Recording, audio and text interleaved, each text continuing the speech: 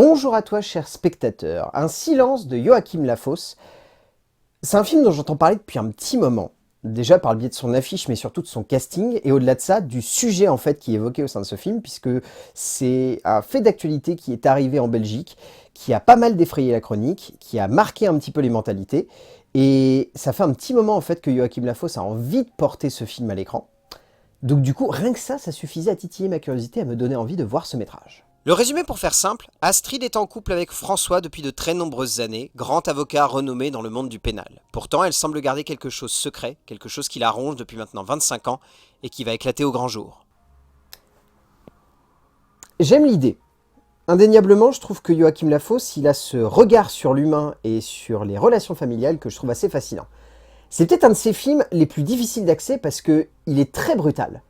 C'est un film qui, contrairement à ses précédents métrages qui étaient plus des drames, purs et durs, ici c'est vraiment une tragédie. La construction et la juxtaposition des événements fait qu'il y a une fatalité et un poids qui apparaît sur les épaules des personnages très rapidement et qui impacte complètement le récit. Et j'avoue que du coup, c'est très difficile d'avoir de l'empathie pour ces personnages. On est plus dans une espèce de fascination en les regardant un petit peu sombrer au fur et à mesure que toute la trame va se développer, mais je trouve qu'à de rares exceptions, il y a une réelle émotion qui se crée à l'écran et qui du coup crée ce petit lien supplémentaire qui permettrait au spectateur de réellement s'accrocher à ces personnages. Ça reste pour autant assez fascinant et bien emmené dans sa globalité par un casting qui je trouve est excellent, mais je trouve foncièrement que c'est un de ces films où on est plus fasciné que réellement touché et où du coup on se laisse embarquer par cette aventure, mais on regarde ça avec un vrai recul. Et ce recul, émotionnellement, du coup, il fait qu'on a peu d'investissement dans cette aventure et que, même si on est passionné, on trouve peut-être pas ça assez passionnant. Il n'est pas facile d'évoquer le secret, quelque chose que l'on connaît tous mais qui ne semble pas forcément avoir l'impact que l'on peut imaginer sur une toile de cinéma. Car si l'on peut facilement évoquer cela dans la réalité, comme étant un fait, l'essence même d'un secret au 7e art se doit d'être révélée pour prendre tout son sens. Joachim Lafosse, dans cette œuvre intense et dramatique, dresse le portrait tragique d'une famille rongée par les vices d'un homme au centre de celle-ci, qui va devoir accepter de les révéler au grand jour pour avancer, mais surtout pour faire en sorte que sa famille puisse avancer, même si c'est sans lui, dans un moment de cinéma souvent difficile mais terriblement prenant. En termes d'écriture, donc à la base, il y a un scénario développé par Joachim Lafosse ainsi que Thomas van Zuylen, et ensuite ils ont fait appel à beaucoup de monde pour les aider à écrire le scénario, puisqu'il y a Chloé Duponchel, Paul Ismaël, Valérie Graven, Mathieu Reinhardt ainsi que Sarah Chiche. Il faut savoir que si Joachim Lafosse s'est autant entouré, c'est pour que le récit soit le plus crédible possible par rapport aux faits divers dont il s'inspire, et pour éviter le plus possible de sombrer dans une espèce de facilité cinématographique qui ferait perdre pied à cette histoire. Donc en un sens, c'est je pense là que réside un petit peu une sorte de faiblesse dans cette écriture, c'est qu'il y a trop de points de vue, trop de possibilités, et alors que certes, indéniablement d'un point de vue crédibilité, ce scénario, il est solide, mais comme un rock, mais derrière, je trouve que il y a cette sensation de véracité au détriment d'une crédibilité émotionnelle qui permettrait de s'accrocher à ces personnages. En un sens, Astrid est le personnage le plus intéressant de toute cette écriture puisque c'est le centre névralgique en fait de l'avancée émotionnelle du spectateur au sein de ce récit. Donc en ce sens, c'est peut-être le personnage qui est le mieux conçu. Mais ce personnage est très distant. Par sa situation, que je vais éviter de vous raconter pour que vous ayez trop d'éléments par rapport à tout ce qui se révèle au fur et à mesure que le récit avance, mais sa position est très particulière par rapport à tout ce qui se passe. François et Raphaël sont les personnages, entre guillemets, qui servent de pivot à l'avancée dramatique du récit, donc eux ils sont plus là comme une espèce de mécanique que comme réellement des protagonistes pour lesquels on va avoir une vraie empathie. Mais Astrid, au milieu de tout ça, elle devrait être le centre, on va dire, émotionnel qui permet au spectateur de s'investir dans cette aventure et donc de ressentir ce qui se passe dans cette famille. Or, il y a une distance. Et cette distance, je pense qu'elle est au détriment finalement de l'avancée du spectateur dans ce récit, et donc de l'investissement aussi de celui-ci dans le récit. Et donc du coup, on regarde ça, on est certes intrigué par ce qui va se passer, mais émotionnellement, il manque quelque chose pour réussir à faire en sorte que le spectateur soit pas uniquement spectateur justement, mais soit réellement investi dans cette aventure. Or, on est juste là, on regarde l'avancée de ces personnages, mais je trouve pas qu'on soit tant que ça dedans en fait. Lafosse et Van Zuylen offrent une écriture, donc surfant beaucoup sur le radicalisme de sa composition autour des personnages, autour de leur avancée dramatique, ou en tout cas de la structure de leur parcours, voulant absolument donner cette forme tragique à leur avancée au cœur de cette dramaturgie.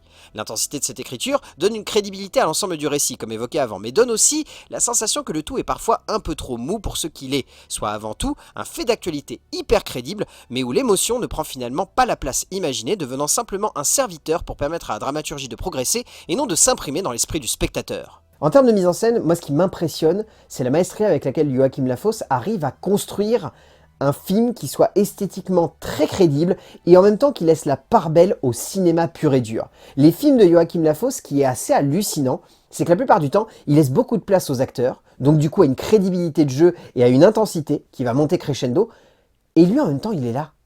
Il a une mise en scène qui virevolte, qui part dans toutes les directions, qui oscille entre plans-séquences extrêmement léchés et travaillés et séquences où le montage va venir de manière très douce et de manière sporadique, ponctuer et rythmer le récit pour faire en sorte qu'en tant que spectateur, il y ait tout de même une balance. Donc en fait, là où il y a des manques dans l'écriture, la mise en scène compense cela de manière assez brillante et parvient au spectateur à amener de l'émotion et à ressentir en fait tout ce qui se passe à l'écran. Donc, ce qui n'est pas là dans l'écriture est présent dans la mise en scène. Et donc apporte une véracité, une intensité, une vraie montée en crescendo à plein de séquences. Vous allez voir les séquences d'interrogatoire, il y en a une en particulier, elle est hallucinante de maîtrise parce qu'elle passe entre 3 pièces et pour autant la caméra ne coupe jamais. Il n'y a pas de raccord, il n'y a pas de rideau, il n'y a pas de choses comme ça. Tout a l'air fait d'un seul et même trait. Et ça apporte une intensité, une véracité et une justesse à ce genre de plan qui est juste hallucinante. Et il y a plein de petits exemples comme ça que je pourrais vous citer, mais ça serait vous gâcher finalement le mystère de mise en scène et la puissance qui est développée par le cinéaste pour faire en sorte qu'on soit complètement embarqué dans cette aventure et que surtout, émotionnellement, il y ait dans l'image ce qui manque à l'écrit. Lafosse propose une mise en scène terriblement prenante par ses choix radicaux de plans longs et épurés dans leur scénographie, mais terriblement juste quant à l'émotion qu'elle est supposée véhiculer, donnant lieu à de nombreux instants prenants et poignants qui tranchent avec l'écriture parfois un peu trop froide. Si l'on sent que derrière il faut tout de même que cette mise en scène accompagne un tragique parfois un peu trop manichéen, ou en tout cas un peu trop calibré dans sa base de composition cinématographique, avec des plans un peu trop léchés par moments, mais qui donne un certain contraste à l'ensemble, permettant ainsi à la scénographie du cinéaste de briller d'intensité.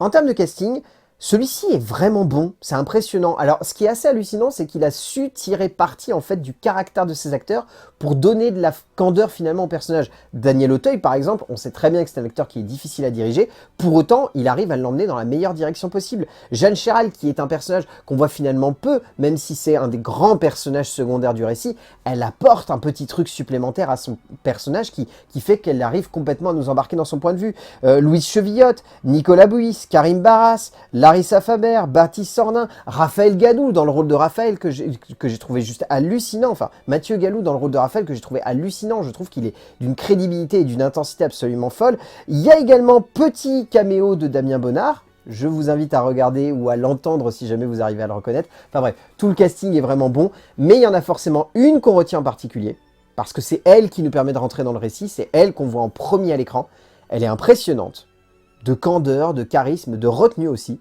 et elle arrive très très bien à emmener le récit. Emmanuelle DeVos est exceptionnelle en tête d'affiche de cette œuvre, qu'elle porte totalement sur ses épaules avec une interprétation parfois froide, parfois stoïque, mais toujours extrêmement juste.